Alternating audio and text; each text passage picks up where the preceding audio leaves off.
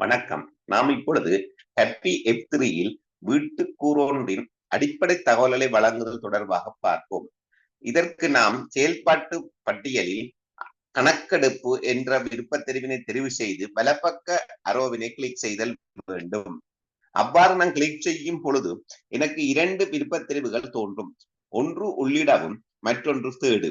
உள்ளிடவும் என்பது எனக்கு கட்டிட இலக்கமும் வீட்டுக்கூறின் இலக்கமும் தெளிவாக தெரிந்தால், அதாவது சிவப்பு நிற லேபல் வீட்டு கூறின் முன்பகுதியில் காணப்பட்டால் அதனுடைய விவரங்களை பெற்றுக்கொண்டு நான் உள்ளிடவும் என்பதை கிளிக் செய்ய வேண்டும். அவ்வாறு தகவல்கள் என்னிடம் பற்றாக்குறையாக இருந்தால் நான் தேடு என்பதனை தெரிவு செய்ய வேண்டும். நான் இப்பொழுது தேடு என்பதனை தெரிவு செய்கின்றேன். தேடு என்பதனை தெரிவு செய்தவுடன் சரி பிழை என 2 குறியீடுகள் தோன்றும். இதில் சரி என்பதனை தெரிவு செய்கின்றேன். நாம் சரி என்பதனை தெரிவு செய்தவுடன் நிரல்படுத்தலின் போது பெறப்பட்ட விவரங்கள் அடங்கிய பட்டியலில் இருந்து எனக்கு ஒதுக்கப்பட்ட கண்டத்தினுடைய விவரங்கள் இங்கு தோன்றும். இதில் நான் சர்ச் மேலே வலப்பக்கம் மேல் மூலையில் உள்ள சர்ச் என்ற பட்டனை கிளிக் செய்து அதில் பெயரினையோ அல்லது கட்டிட இலக்கத்தினையோ டைப் செய்தல் வேண்டும். உதாரணமாக கட்டிட இலக்கத்தினை நான் 34 என தெரிவு செய்கிறேன்.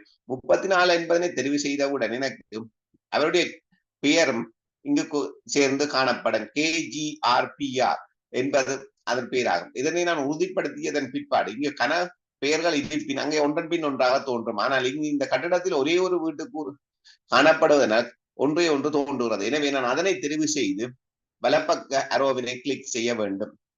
இவ்வாறு வலப்பக்க அரோவினை கிளிக் செய்தவுடன் எனக்கு நேர்காணலை தொடங்குவதற்கான மெனு தோன்றும்.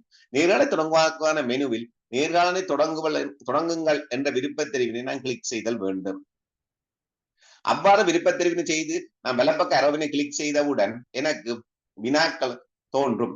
1 தொடக்கம் 12 வரையான A12 வரையான வினாக்களுக்கு முறைமை தானாகவே விடையளிப்பதனால் எனக்கு A13 என்ற வினா தோன்றும். இவ்வினாவில் வீட்டுக்கூறு என நான் தெரிவு செய்கின்றேன். தொடர்ந்து குறிப்பிட்ட வீட்டுக்கூறில் வளமையாக வசிப்பவர் உள்ளாரா இல்லையா என்பதனை கோரும். வளமையாக வசிப்பவர் உள்ளார் என்பதனை நான் இங்கு தெரிவு செய்கின்றேன். தொடர்ந்து வீட்டுக்கூறில் உள்ள மொத்த குடித்தனங்களின் எண்ணிக்கையை அது கோரும். நான் இங்கு 2 குடித்தனங்கள் உள்ளதாக தெரிவிக்கின்றேன்.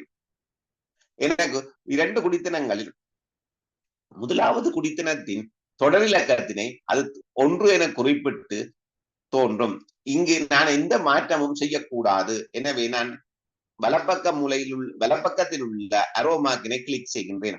கிளிக் செய்தவுடன் பிரதான குடியிருப்பாளரின் பெயர் எனக்கு தெரிவிக்கப்பட்டு அதனை உறுதிப்படுத்துமாறு கோரும்.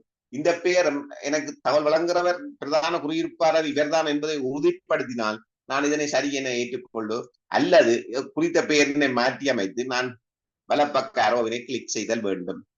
அவ்வாறு நான் வலப்பக்க அரோவினை கிளிக் செய்தவுடன் அந்த வீட்டின் முகவரி தோன்றும். இந்த முகவரியை நான் தகவல் வழங்குநரிடம் உறுதிப்படுத்தியதன் பிற்பாடு நான் வலப்பக்க அரோவினை கிளிக் செய்தல் வேண்டும். அவ்வாறு வலப்பக்க அரோவினை கிளிக் செய்தவுடன் இந்த வீட்டுக்குள்ள குடும்ப அங்கத்தவர்களின் எண்ணிக்கையை இது கோரும். அவ்வாறு நான் குடும்ப அங்கத்தவர்களின் எண்ணிக்கையை வழங்கியுடன் நான் இங்கு 3 என வழங்குகின்றேன். வழங்கி வலப்பக்கத்தில் உள்ள அரோ மார்க்கினை கிளிக் செய்து அவ்வாறு கிளிக் செய்தவுடன் எனக்கு தனிநபர் விவரங்களை சேகரிப்பதற்கான பகுதி தொடங்கும். நன்றி.